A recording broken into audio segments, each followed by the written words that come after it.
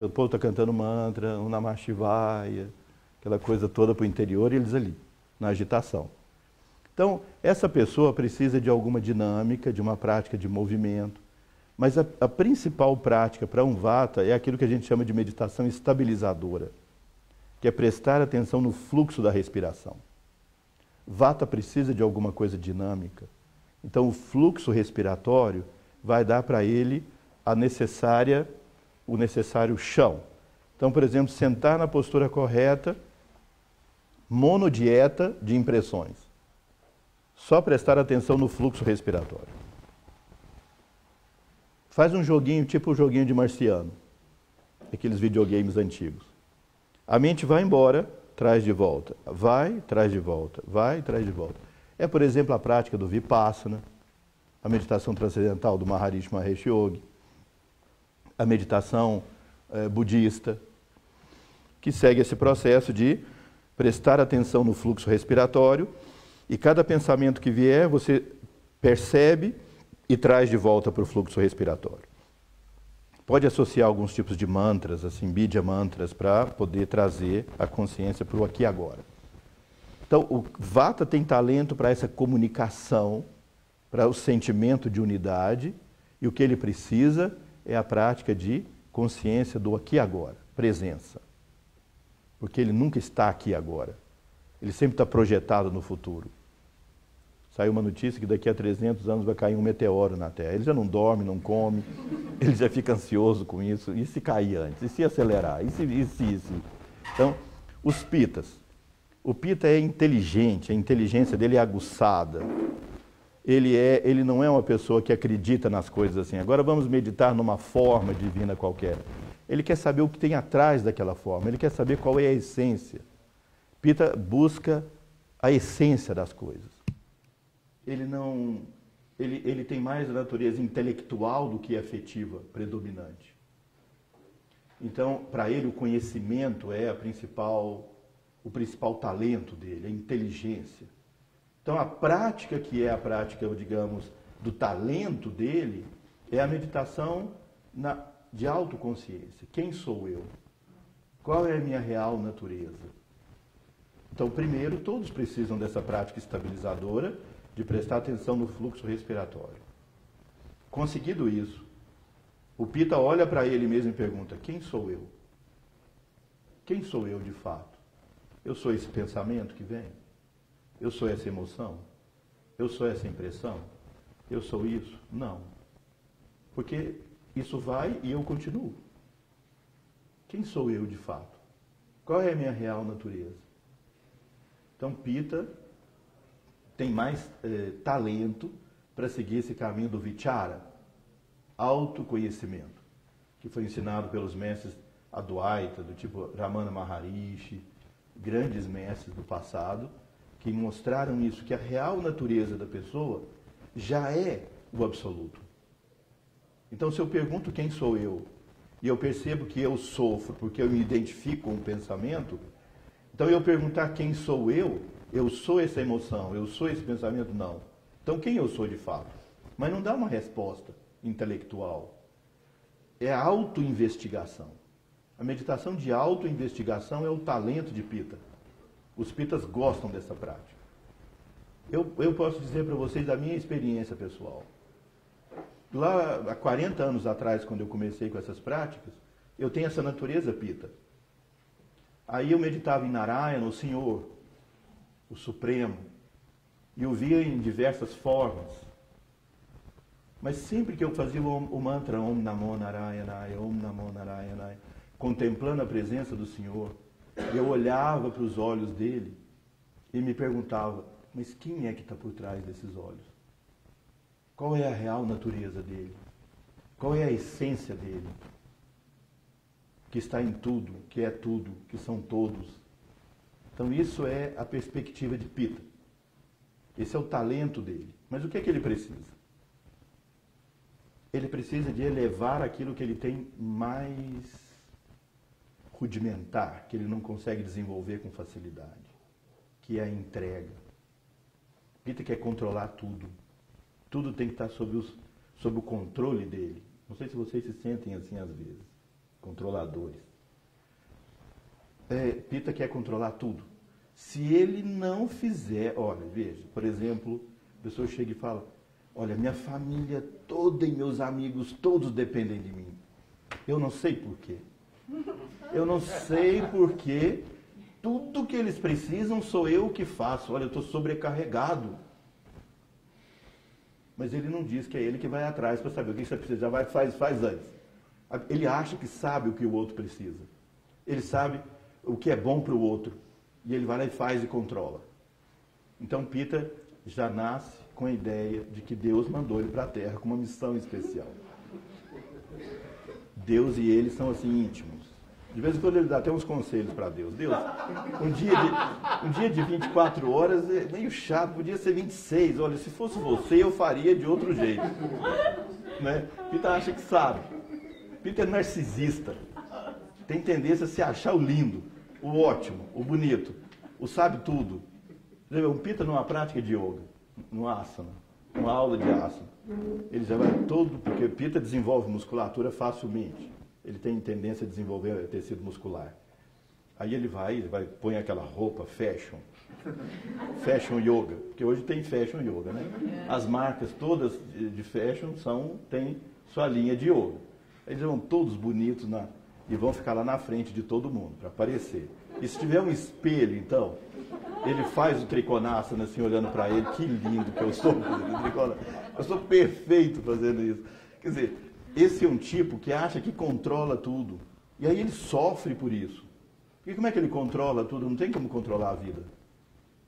Acontece coisas e ele não tem controle sobre elas. E aí ele se estressa. Então o que é que um Pita tem que aprender? O talento dele é a autoinvestigação. Mas o que é que ele tem que aprender?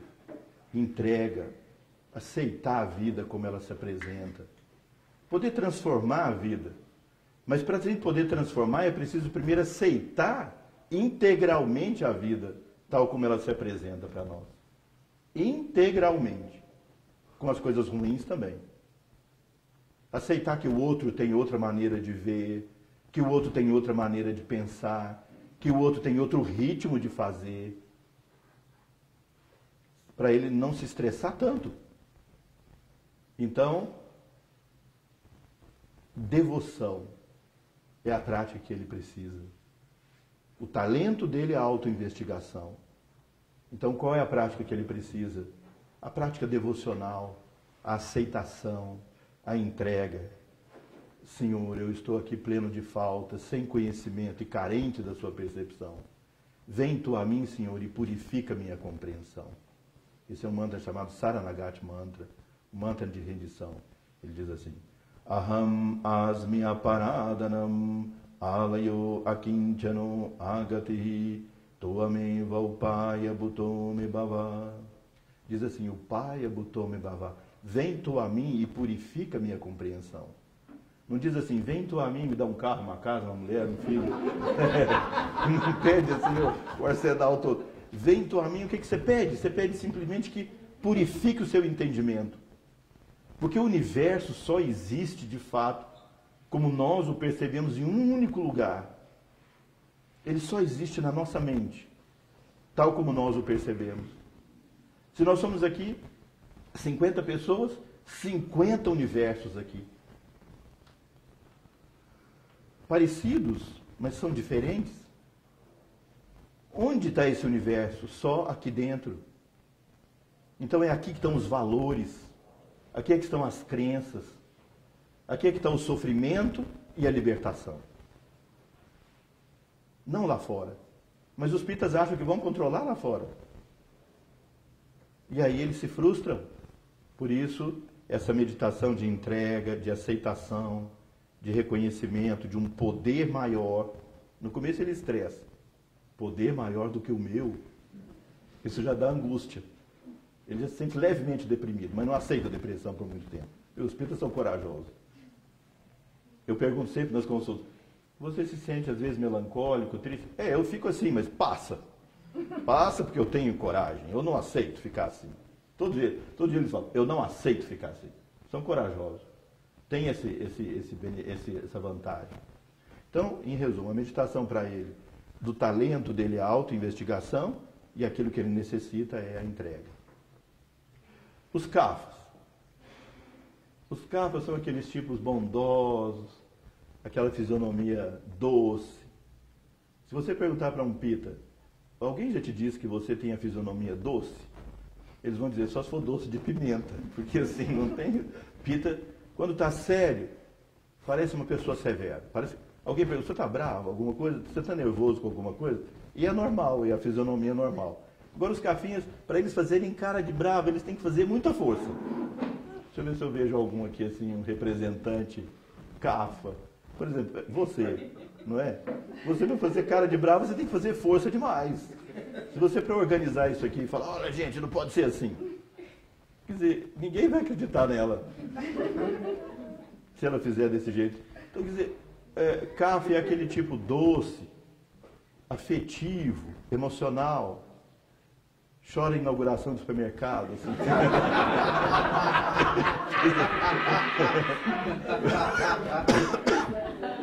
Vão de serrar uma fita vermelha, ele chora. Que coisa mais linda, olha que emocionante. Pensa a família dessa pessoa, tanto que deve estar feliz com isso, não é? Por exemplo, eu me lembro, toda vez eu fico prestando atenção em tudo. Não assim como julgamento, mas para investigação. Eu tenho esse lado Pita de investigar.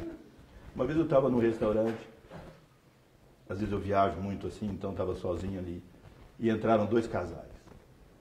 Dois senhores, duas senhoras, assim, muito bem aparentados e tal, sentaram lá, e os maridos, eu já percebi que eram todos Pita, os dois maridos. Então que eu fisionomia Pita, coloridos, assim, vistosos, assim. Aí um falando, porque meu filho, eu mandei para a universidade tal, lá na Inglaterra, e ele está indo muito bem, ele está tirando em primeiro lugar. E o outro não deixou por menos. Eu mandei meu filho para os Estados Unidos, porque um foi para a Inglaterra, outro para os Estados Unidos. Mandei meu filho para os Estados Unidos, ele está tirando tudo em primeiro lugar, ele está notas ótimas e tal, e não sei o quê. Aí uma senhora olhou para a outra, assim, meio com lágrimas nos olhos, e falou assim para a outra, seu filho foi embora? Você deve estar muito triste. Esse é o olhar cafa, é o olhar afetivo, amoroso para a vida. O mesmo fenômeno foi visto de formas diferentes de acordo com o filtro mental que a pessoa tem. E um dos determinantes do filtro é a Constituição, não é o único.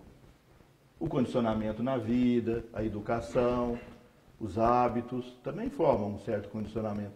Mas a Constituição individual também dá.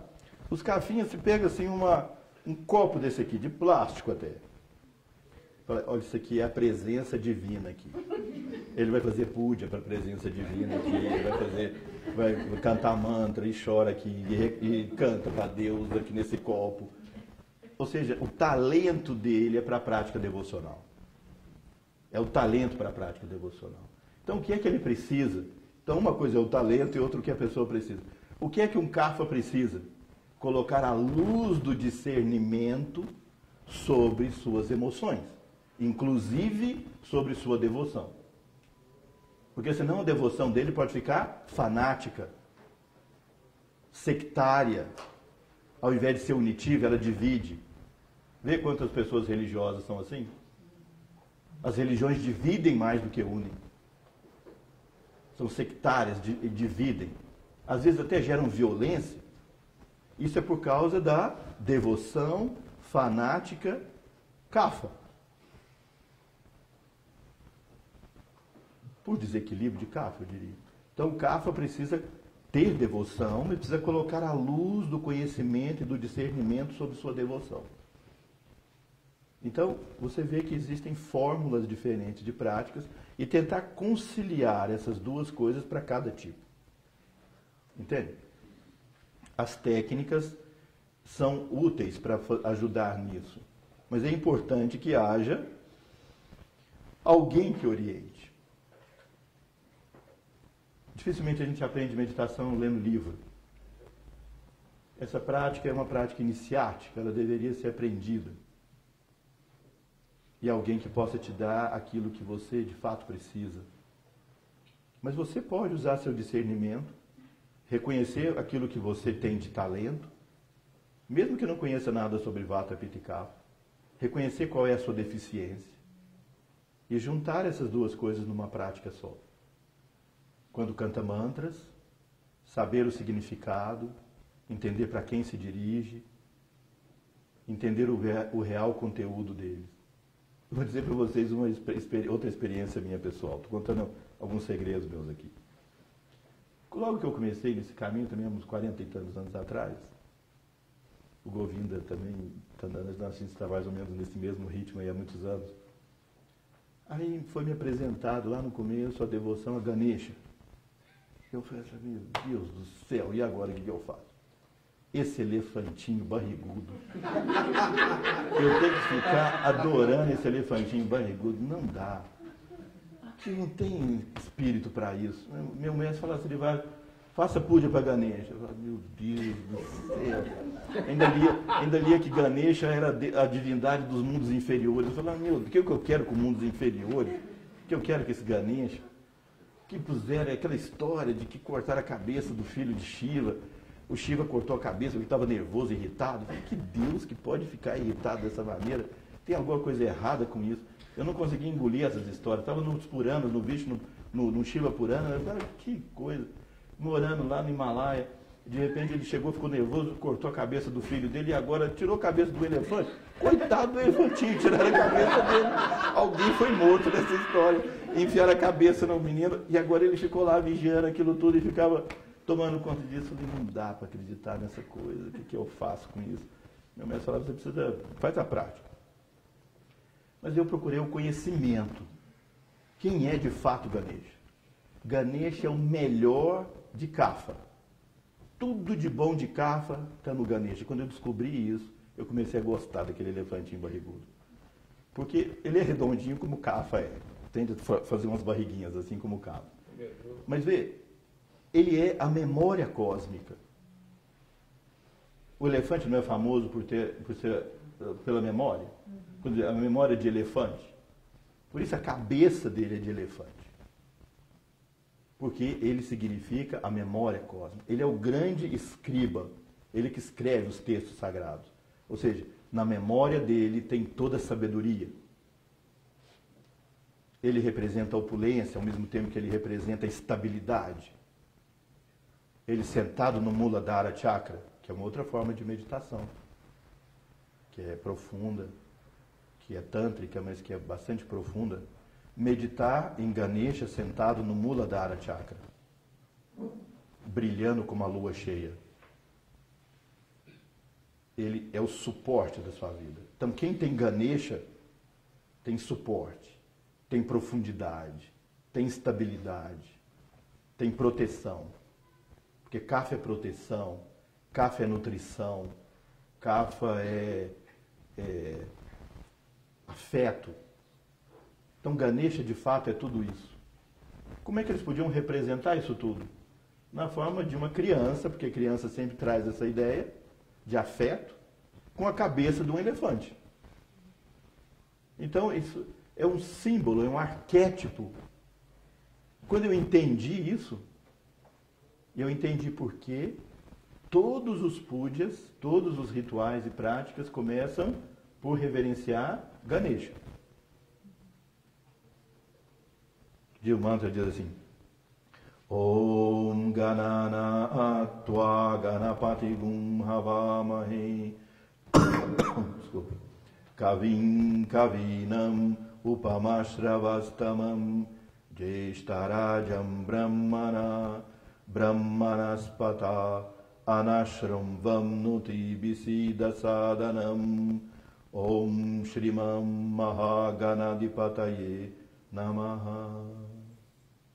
Ou seja, eu invoco Ganesha, o Senhor dos Exércitos, o Senhor de suprema sabedoria, aquele que brilha mais do que todos os grandes yogis, aquele que é o mestre de todos os mestres. Olha só o elogio que se faz a Ganesha, que ele vem até aqui e nos dê o suporte, a sabedoria, para que a gente possa ter a proteção para realizar essa prática. Então isso deve ser feito todos os dias, porque a vida é uma prática espiritual. Todos os dias, quando nós acordamos, nós pedimos a proteção de Ganesha. Na história, no Purana, ele ficou na porta da casa, enquanto Parvati, a mãe dele, estava lá dentro, ele ficava vigiando a casa. Por isso é que ele barrou Shiva. Porque a função dele era vigiar a casa. Então ele vigia a nossa casa. Então ele representa isso tudo. Agora um Pita, para aceitar isso, ele precisa entender. É como quando o Pita vai na consulta. Um Pita, quando vai na consulta, ele ficou sabendo do Ayurveda hoje. Marcou a consulta para amanhã. Ele hoje vai passar a madrugada inteira na internet lendo tudo sobre Ayurveda. Porque ele não admite a ideia dele, ele não sabe nada sobre algum tema. Então ele já chega lá com ar de autoridade na consulta no outro dia e fala, olha, assim com aquele ar de, eu já sei que eu sou Pita, mas eu vim aqui para a gente discutir o assunto. Quer dizer, faz 50 anos que você faz isso, ele leu essa noite, ele veio discutir com você o assunto. Vem aqui para a gente discutir o tema. Então eu sei que eu tenho isso, tenho aquilo, ele já dá o ar de autoridade. Aí se você defende que a alimentação ayurvédica é mais interessante, ele acha que a macrobiótica é melhor. Aí você, não, a macrobiótica é boa. Aí ele começa a defender a carnívora. Mas não, a carnívora então é boa. Não, mas ele quer alguma coisa porque o esporte dele é a contenda, é o conflito, é a discussão. E ele tem que ganhar sempre. Se ele não ganha acordado, quando ele dorme, ele briga de novo e sonha que ganhou. Se nem que seja no sonho, ele ganha. Pita sonha sempre que está brigando com alguém, mas sempre ganha, no fim. Certo? Então, essa é a resposta. A meditação ela tem vários métodos justamente para atender às várias necessidades. Por isso é que não existe yoga em massa, não existe meditação em massa. Pode ser feito em massa, mas cada um precisa encontrar, seja por ele mesmo, seja através de um guru, qual é o processo mais apropriado para ele.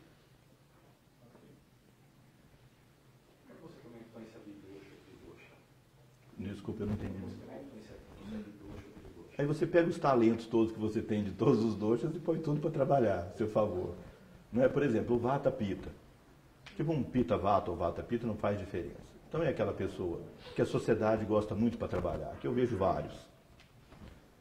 Porque é uma pessoa que tem o dinamismo de Vata, adaptabilidade de Vata, mas ao mesmo tempo a organização e método de Pitta, começo, meio e fim. Vata começa muita coisa e não termina nenhuma. Não é talento dele terminar as coisas, é talento dele começar. Então ele é bom para o departamento de criação, não para o departamento de manutenção, porque ele não vai querer manter nada. Então, você vê, por exemplo, quando tem um concílio para escolher o novo Papa, você pode ver os cardeais todos reunidos. Tem os cardeais Vata, os Pitta, os Kapha. Se os Kaphas ganharem, a igreja vai se manter igual pelos próximos 550 anos.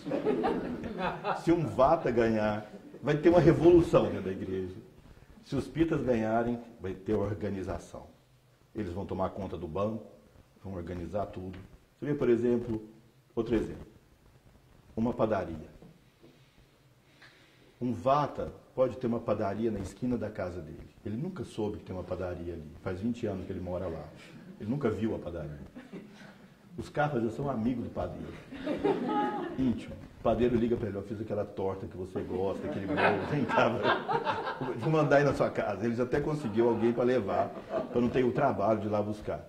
E os Pittas passam todo dia na porta e falam assim, eu vim aqui para te ajudar a administrar essa sua padaria. Porque essa padaria só está mal organizada. Nós vamos fazer um franchise, nós vamos fazer um negócio mundial que é essa sua padaria. Quer dizer, e ele já quer tomar conta. O padeiro só vai trabalhar e ele vai organizar. Isso é um talento de Pitta, não é? Mas quando a pessoa é vidosha, ela tem então qualidades. Ao mesmo tempo, ela tem atributos opostos morando dentro do mesmo corpinho. Então, por exemplo, um Pitta Vata.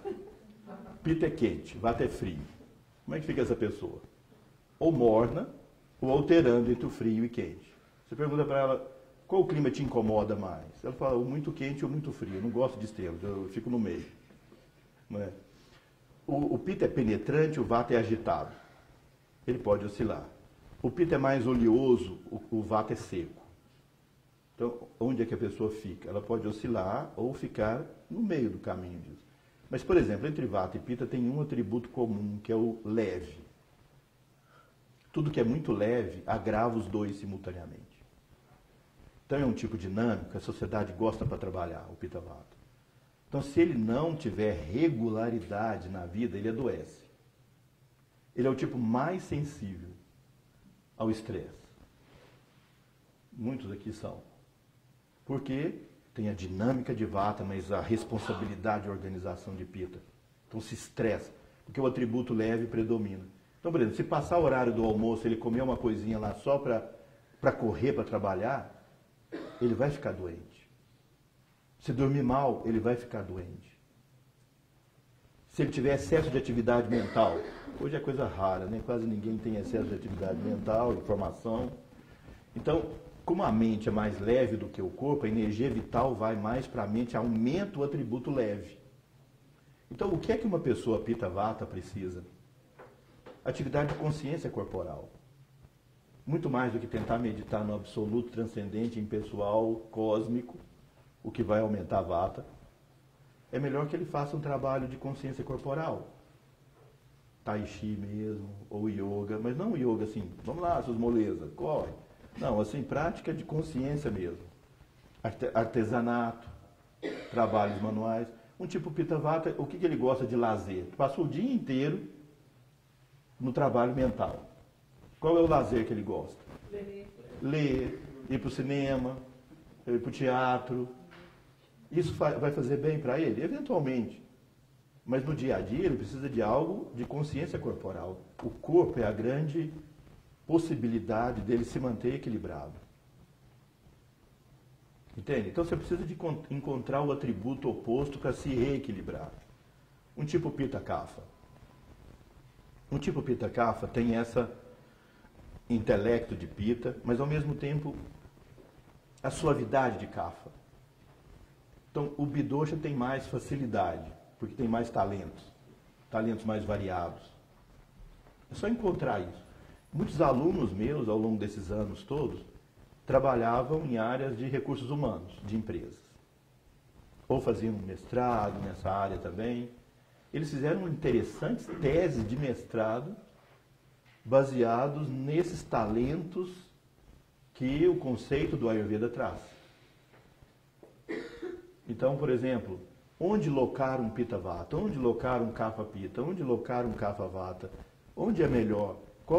Porque vê, o melhor na vida é você poder expressar seus talentos. Não é? A gente se sente feliz quando expressa os talentos. Não importa qual é o nível social que isso pode representar. Se você expressa os seus talentos, você está feliz. E é assim que Sri Krishna, o grande senhor, ensinou que é o sistema de casta.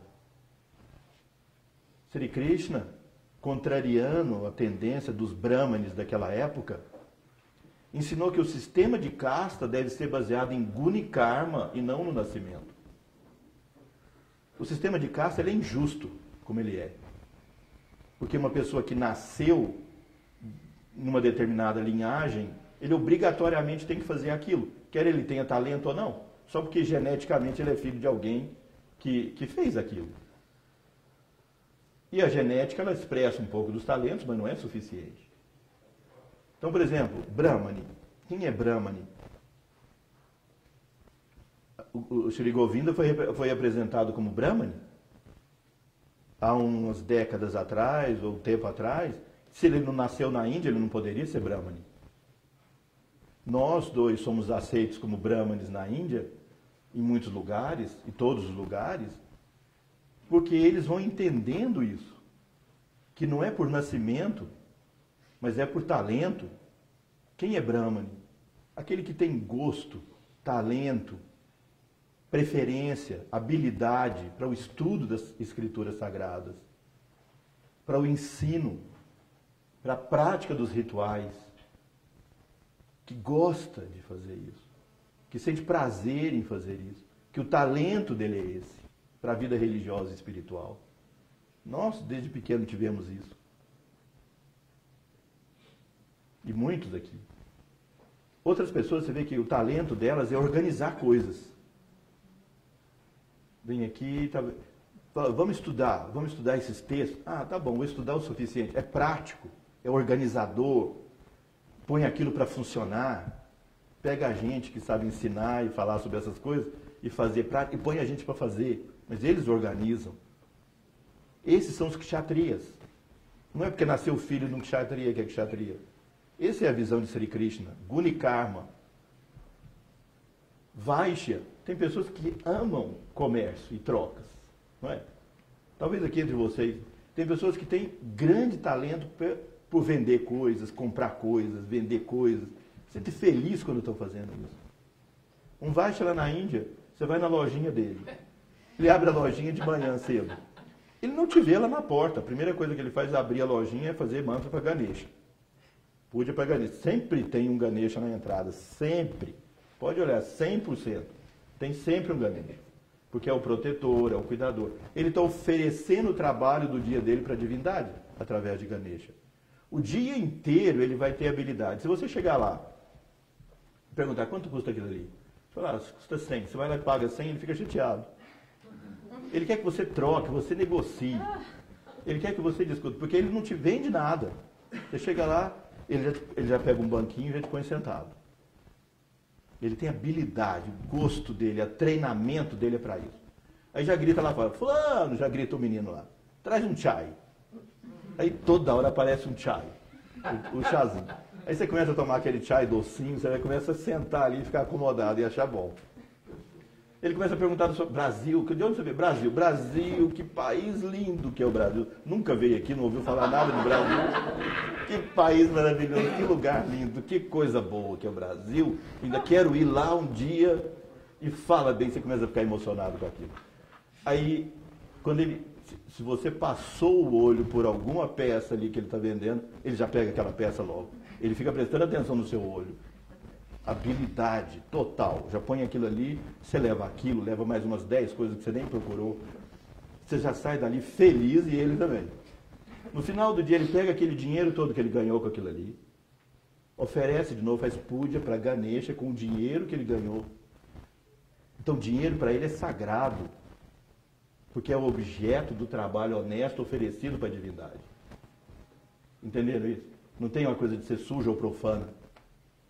Porque esse é o Dharma dele, esse é o modo dele, esse é o talento dele. Deus deu para ele esse talento.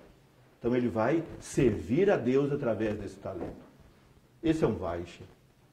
Entre vocês, quem tiver esse tipo de talento, é um Vaixya. E isso muda durante a vida.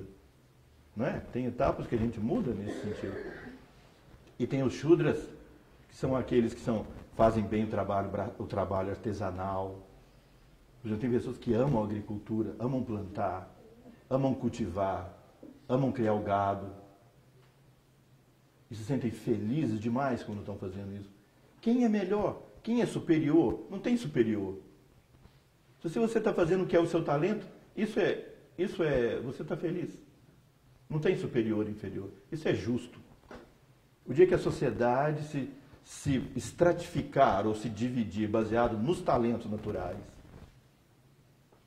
o cultivo dos talentos, aí todos vão estar felizes.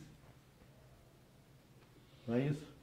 Mas só que tem pessoas que abrem mão do seu talento, que é o Dharma, seu próprio Dharma, em prol de alguma coisa que gera uma prosperidade ali no momento, ou que gera um estado de prazer ou felicidade ali no outro, e abrem mão, não expressam seus talentos, não vão ser felizes nunca. Nem quando tem a conta bancária super rica. Não vão ser felizes. Estão sempre vivendo frustrados e constrangidos. Porque não conseguem expressar os talentos. Então o talento de cada um pode organizar a sociedade, fazer viver melhor, fazer com que as pessoas vivam de forma mais prazerosa. A nossa sociedade é muito baseada em 2 dos 4 grandes objetivos da vida, naturais no ser humano. A cultura védica fala dos 4 purusharthas, objetivos da vida. O primeiro é artha, prosperidade. É justo e natural que as pessoas busquem prosperidade. É justo e natural. Adquirir prosperidade, trazer para junto de si aquilo que pode te proporcionar uma vida mais prazerosa. Segundo é kama, felicidade. Muita gente confunde. Esse kama é com K. Muita gente confunde que é com C. E acha que a vida sexual é que tem a ver com kama. Mas aí não é só a vida sexual, é felicidade na vida. Tudo aquilo que a vida pode trazer de prazer e felicidade. A nossa sociedade é muito movida por esses dois objetivos: prosperidade e prazer ou felicidade. Mas esses dois devem estar submetidos ao terceiro, que é Dharma, a realização dos seus talentos, e com isso você participa da ordem cósmica. Nós somos uma célula dentro desse grande corpo cósmico. Nós somos interdependentes com o universo todo. Qual a célula você é desse corpo? Qual é o seu papel? Como é que a gente descobre isso? Primeiro, entendendo os talentos. Olhando para si mesmo, se auto-investigando, se auto-observando. E depois, percebendo que quando você faz aquilo, você faz com prazer, você faz com alegria. E a vida parece que te dá sorte. A sorte, que as pessoas chamam de sorte, é você cumprir o seu Dharma. Porque a natureza te protege e cuida e te eleva quando você cumpre o seu Dharma. E quando você não cumpre, ela cria atrito com você. Imagina assim, se no nosso corpo, a célula, eu já dei esse exemplo aqui de outras vezes, mas vou repetir alguns no ouvido. A célula do fígado, uma hora ela para e começa a pensar, não quero mais essa célula do fígado. Essa coisa de secretar bile já está chata demais. Eu agora quero pensar igual um neurônio. Ou então quero bater igual uma célula cardíaca. Imagina aqui uma célula do fígado começar a bater com o coração. O que é que vai acontecer? O corpo não vai ter dúvida, vai mandar toda a imunidade lá para destruir essa célula. Porque ela está contrariando a ordem cósmica do corpo. Isso é o câncer, por exemplo. O câncer é isso. O câncer é a célula confundir as funções dela. E começar a ter funções que não são delas. E ela consome o organismo. O organismo mata essas células, ou essas células matam a pessoa. É inexorável. Não é isso? Então o Dharma protege quando você vive em harmonia com ele. E aí ele traz prosperidade, ele traz felicidade. Quando você cumpre o Dharma. Como é que eu sei como é que eu devo cumprir o Dharma? Primeiro, olhando os seus talentos e qualidades. Segundo, vivendo de acordo com os preceitos da ética espiritual. A ética espiritual, yamas, niyamas, aquilo que é considerado a ética eterna, ela não foi criada como se fosse um teste para você saber, para você viver. Deus não criou regras, como se não, pensasse, você não pode seguir e a pessoa passa a vida inteira tentando seguir. Amar a Deus sobre todas as coisas e ao próximo como a si mesmo. Como é que a pessoa vai fazer isso? Ela olha para o próximo e vê o inimigo. Ela não vê alguém que ela vai amar, ela vê o inimigo. Ela vê alguém que ela tem que superar, que ela tem que suplantar, que ela tem que vencer. Enquanto ela não vê que a natureza dela e do outro é a mesma, não tem como amar os outros, assim, dessa maneira que foi ensinada. Então, para viver o Dharma, nós precisamos também seguir essa ética universal. Por exemplo, o que seria um preceito da ética universal? Procurar de viver de maneira com ahimsa, não violência. É possível viver, ter prosperidade, ter saúde, ter crescimento, ter felicidade sem ser violento? A gente responde que sim, mas entre a resposta que sim e viver assim, há uma distância. Entende? Veracidade é o outro princípio, ahimsa, satyavachana. É possível viver sendo próspero, feliz e realizado sem mentira, sem engano? Será? A mentira é usada como instrumento para a gente realizar coisas. Nós nos habituamos a ela. E nós mentimos primeiro para nós mesmos. mais do que para os outros. Qual é a primeira mentira que nós contamos para nós mesmos? A crença de que nós temos coisas que ainda nós não temos. Realizações internas que ainda nós não temos. Quem é que vai trabalhar para conquistar estados que ele acha que já tem? Por exemplo, consciência. Nós temos? Não, assim, instantes, momentos, só. O resto do tempo nós passamos numa vida mecânica, condicionada por hábito. Não é isso? Então, o estar presente, livre-arbítrio. Livre-arbítrio é uma mentira que nós contamos para nós mesmos.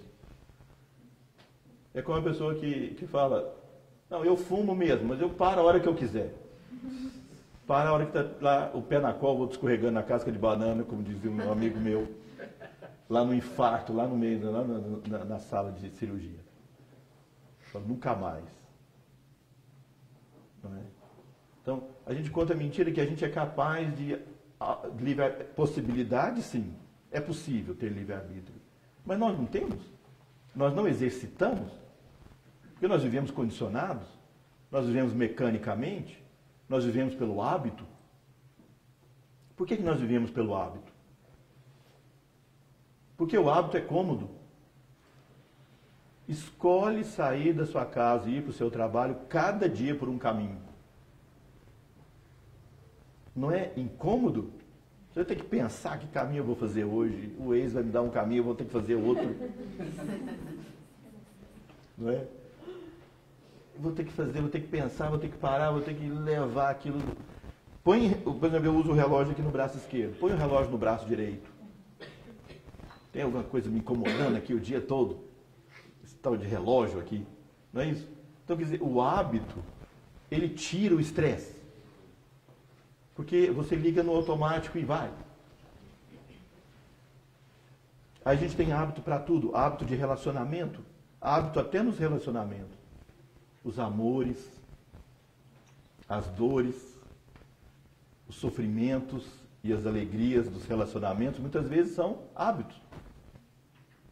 Vê, por exemplo, vocês devem conhecer, eu espero que não tenham passado por essa situação nunca, mas vocês podem ter tido algum relacionamento extremamente conflitivo, que gerou muito sofrimento. Quando termina, você faz assim, até assim com as mãos. Ó. Nunca mais eu quero isso para a minha vida. Faz até assim, para espantar o espírito. Nunca mais. 6 meses depois, a pessoa até parece com a outra. Tão condicionado que é a mente a repetir, repetir, repetir.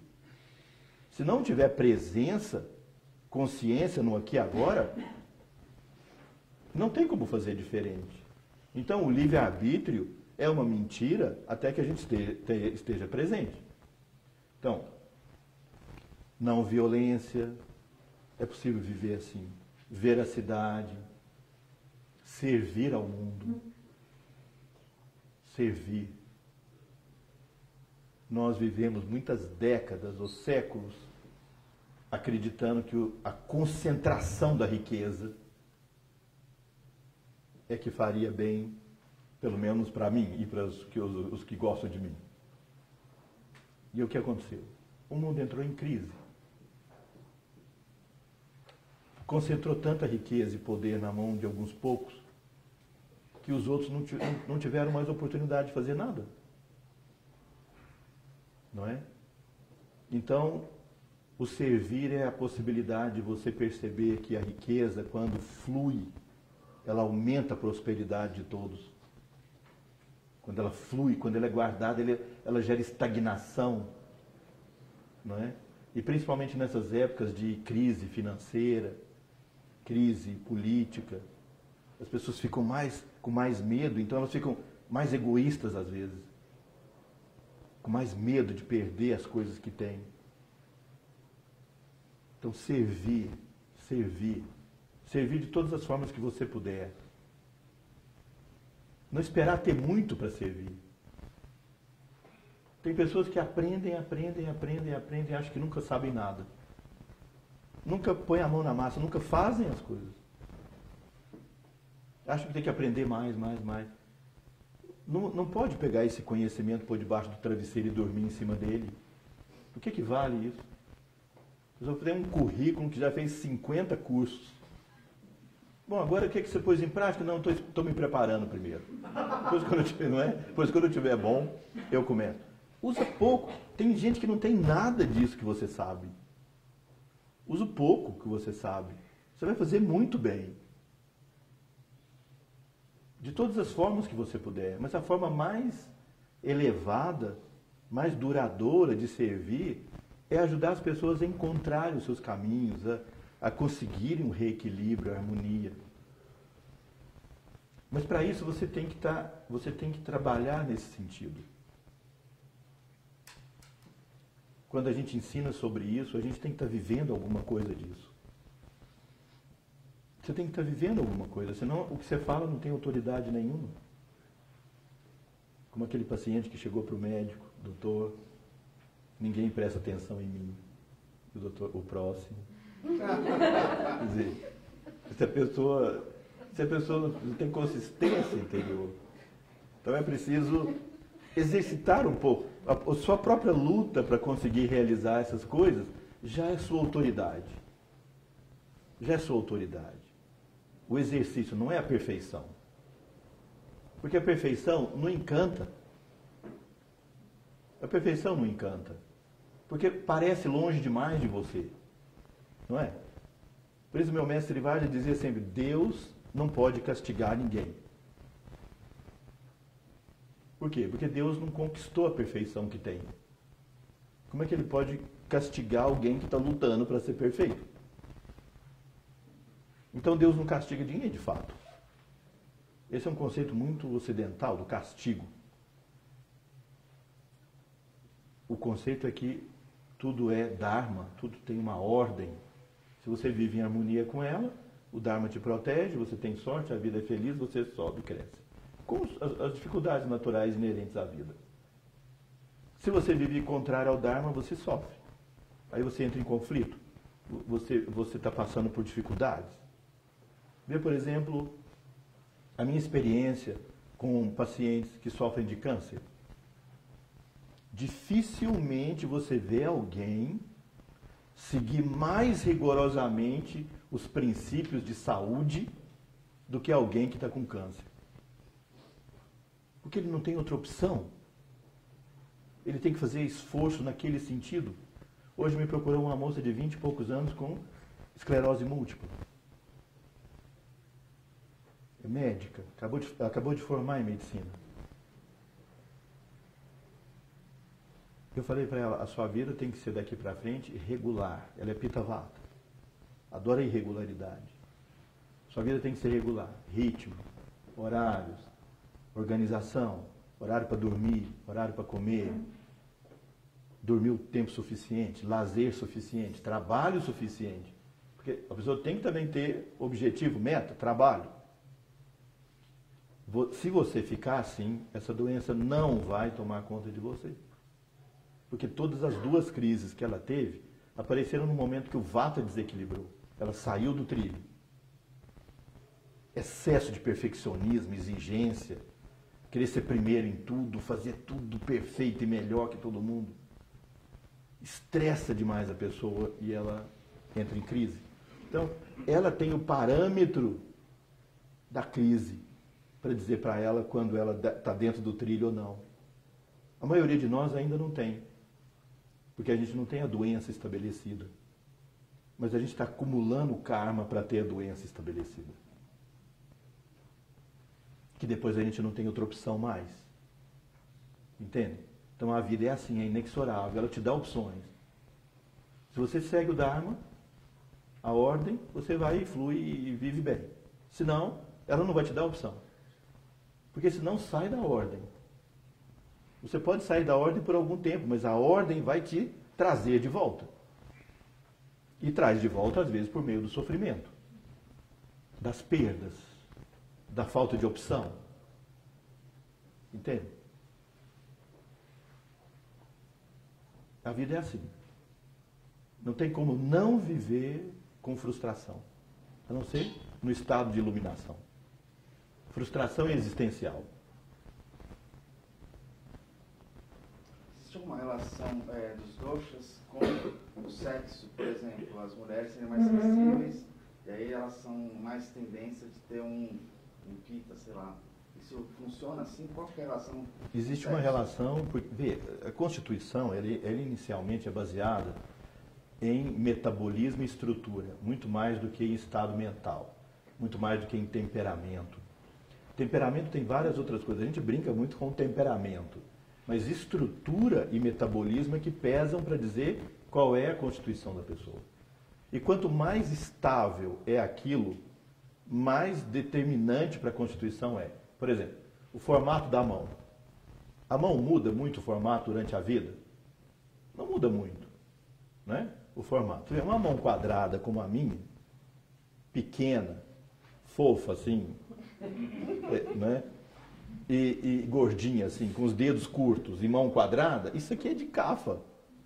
Esse ser humano portador de uma mão dessa aqui, essa criatura portadora dessa mão, tem que ser cafa. Pode ser cafa qualquer outra coisa, mas é cafa. Entende? Então, estrutura pesa muito na determinação da Constituição. Então, os hormônios interferem, mas não na constituição genética, mas na expressão. É como na genética a gente fala de genótipo e fenótipo. Você tem o genótipo para ter pele bem branca. Seu gene é para isso. Aí você vai morar lá no Nordeste, debaixo do sol, 12 horas por dia, você vai ficar moreno. Então a expressão externa é moreno, mas o gene é para a pele branca. O estrógeno e a progesterona são hormônios CAFA. Eles aumentam CAFA, principalmente a progesterona. Por exemplo, as mulheres grávidas, elas têm muita progesterona circulante. Então elas ficam maternais, CAFAs, é a fase CAFA da vida. Entende? A testosterona é um hormônio pita. Quem tem muita testosterona vai ter aquela agressividade, musculatura e tensão de pita. Tem o efeito hormonal. Tem outras coisas que interferem, mas os hormônios interferem. Os homens têm mais estrutura pita. Mas é um fator. Não é o fator constitucional básico. Mas interfere. Por exemplo, a idade também interfere. A infância é a fase CAFA da vida. Todo mundo fica mais CAFA na infância. Então, porque é a fase de nutrir, crescer, desenvolver, a parte afetiva. Por isso, uma criança precisa muito de desenvolvimento afetivo. Muito mais do que intelectual. Não dá para entender essa tal de educação que muita gente considera moderna, que pegar uma criança de 3 anos de idade, que fez alguma peraltice, senta no sofá com ela, meu filho, nós vamos ter que discutir nossa relação. Porque o seu comportamento não está sendo adequado para essa fase da vida que você está passando. Você agora vai enfrentar certas responsabilidades. Que criança vai entender isso? Que criança vai aceitar e vai se importar com isso? Isso é uma deturpação dessa nossa sociedade moderna, da educação moderna. Criança entende é afeto, coisa lúdica e exemplo. O pai senta com a criança e fala isso, levanta e trata mal a mãe, por exemplo, ou o irmão. O que a criança vai aprender? É com aquele discurso todo intelectual ou com o que ela viu ou sentiu? É com o que ela viu, o que ela sentiu. A fase da infância é CAFA, é afetiva. Então criança precisa ter o quê? Afeto, estabilidade, nutrição. Criança que não tem isso agrava a vata. E aí tem esses problemas de déficit de atenção, insônia, terror noturno. A agravação de vata envelhece precocemente. Entende? Isso é muito ruim. A fase adulta é a fase pita da vida. Você tem que ter ímpeto na fase adulta. Não é isso? Ímpeto para paixão, para ter filhos, para poder crescer materialmente, sexualmente. É a fase pita da vida. Seja você pita, vata ou kapha, você vai ter algo de pita nessa fase da vida. E a terceira fase é a fase vata. Não é para a pessoa morrer. É a fase vata para a pessoa se conectar com o espiritual. Geralmente os homens depois dos 60 anos e as mulheres depois da menopausa. Começa a perder um pouco esse encanto que as paixões trazem para a vida. Começa a perder um pouco daquela coisa que lutou tanto e tal, começa a não ter tanto interesse por isso mais. E aí é a época de estudar profundamente, de buscar autorrealização, sua real natureza. Entende? Já está mais desocupado dos compromissos da vida. Não é para a pessoa retardar de novo a adolescência. Porque não é isso que acontece com alguns? Passam essa etapa e ao invés de entender e assumir o papel da fase vata da vida, querem de novo voltar à adolescência. Geralmente uma supermoto. Não é que eu estou dizendo que isso não seja bom e certo, mas uma supermoto, aquelas coisas de couro com aquelas caveiras nas costas e saem pelo mundo afora. Quer dizer, isso tem seu lugar, não estou dizendo que seja ruim. Só estou dizendo que a pessoa tem que entender qual a fase da vida que ela está e o que ela tem que fazer com essa fase da vida. Qual é o talento dela para essa fase. Entenderam isso? Então o Ayurveda ensina muito, ajuda muito nesse sentido. Testosterona é um hormônio. Você vê, por exemplo, o estrógeno. Eu vou contar para vocês uma história de como é que é, para terminar, como é que é o amor hormonal feminino. Depois, não sei se eu já contei isso para vocês, mas depois eu conto o masculino também, para não ficar unilateral.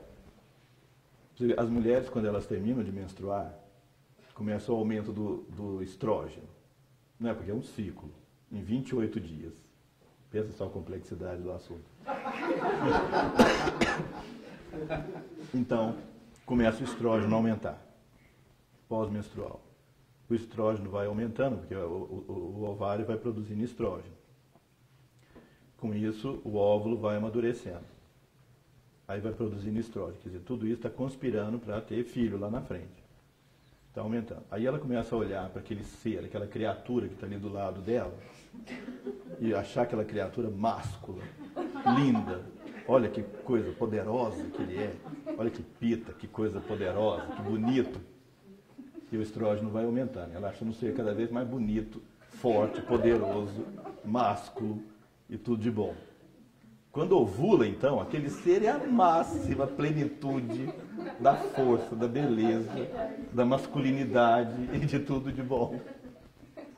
Aí começa a progesterona, porque aí libera o óvulo e o ovário, aquela cápsula em volta do óvulo, começa a produzir progesterona. A progesterona é o hormônio da maternidade. Aí começa a olhar para aquela criatura que está ali do lado, e ao invés de másculo, poderoso e forte, bonito, agora começa, vem cá filhinho, senta aqui que eu vou te dar docinho. Vou fazer comidinha para você. Vou fazer cafuné. Quer dizer, começa a ver aquela criatura máscula como filhinho, bonitinho, fofinho. Né? Quer dizer, como é que é a complexidade desse amor hormonal. E vai produzindo mais progesterona e cada vez vendo mais aquele ser como filhinho, bonitinho, fofinho, engraçadinho. Já deixou de ser o másculo para ser o engraçadinho. De repente, aquela cápsula ali do ovário para de produzir subitamente a progesterona. Súbito. Descama o endométrio todo e começa a ver a menstruação.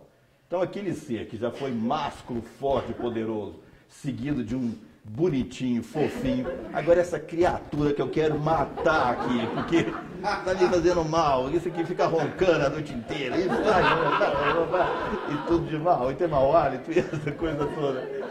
E começa a querer matar aquela. Imagina só a complexidade de conviver com isso. 28 dias, 3 possibilidades bem fortes. Não é? E aí a gente tem que ter dinâmica para poder conviver com isso e saber que fase está. Aquele ser que abre o olho ali, você não sabe. Você teria que dosar os hormônios daquele dia para saber como se comportar. Se você dorme com o olho só com o escudo aqui na frente, ou se você se entrega como filhinho, ou se você se põe na posição de másculo. Se você puser na posição errada, na hora errada, você está perdido. Não é isso? Quer dizer, esses homens não entendem. Nós somos simples, mas eles não nos entendem. Tem que saber muito biologia para poder entender isso. E dos homens? Os homens é até mais duro ainda, mais drástico. Desculpem falar sobre isso. Mas vocês sabem, o volume do esperma, ele não é de espermatozoide. Espermatozoides são 300 milhões por milímetro cúbico, mas eles não fazem volume, porque são uma célula só. Então, o líquido que sai do esperma é o líquido produzido pela vesícula seminal e pela próstata. Assim como o intestino, por exemplo, e a bexiga, vão se enchendo. Por exemplo, o intestino vai enchendo de fezes, a bexiga vai enchendo de urina. E aí, quando enche, manda estímulos lá para o cérebro, você levanta e vai lá no banheiro. Levanta e vai lá no banheiro. Levanta e vai no banheiro, para eliminar aquilo. Eliminou, passou o estímulo, acabou. A vesícula seminal e a próstata vão se enchendo de líquido normal ali, que vão sendo produzidos. Quando começa a encher, a próstata meio cheia, a vesícula seminal também, começa a mandar estímulo para o cérebro. Vai à caça, vai à caça, vai à caça. Começa a achar uma entidade para você eliminar esses líquidos. No momento que acontece o ato lá e que elimina os líquidos, aquele ser já não serve para mais nada ali do lado. Se pudesse evaporar, catapultar aquele ser que está ali, seria o ideal. Porque já não suporto mais a existência dessa pessoa aqui do meu lado, já que já foi a eliminação. Depois, quando volta, encher de novo, que ser mais lindo. Quero para o resto da minha vida, até a próxima eliminação. Então, para um relacionamento existir além desse amor hormonal e biológico, é preciso que as pessoas tenham algo em comum, algo que faça elas viverem juntos. Porque senão elas vão querer que o outro evapore dali, imediatamente. Bom, é isso.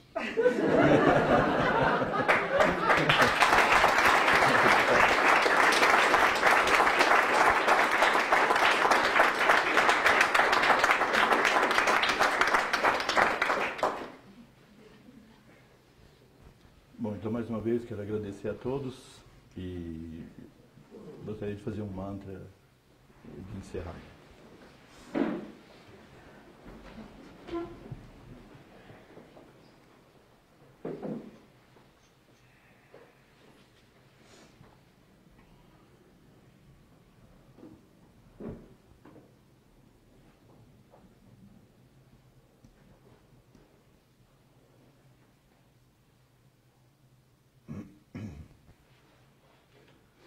Om Shri Vakratunda Mahakaya Surya Koti Samaprabha Nirvignam Kurume Deva Sarvakaryeshu Sarvada Shubham Karotu Kalyanam Arogyam Dhanasampada Chatru Buddhi Vinashaya Dipa Jyotir Namostute Dipa Jyotir Param Brahma Dipa Jyotir Janardana Dipoyam Haratu Me Papam Dipa Jyotir Namostute Gurur Brahma Gurur Vishnu Gurur Devo Maheshwara Guru Sakshat Param Brahma Tasmai Shri Gurave Namaha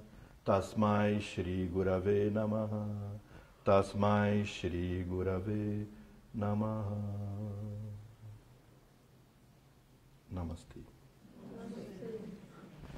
Muito obrigado, até o nosso próximo encontro.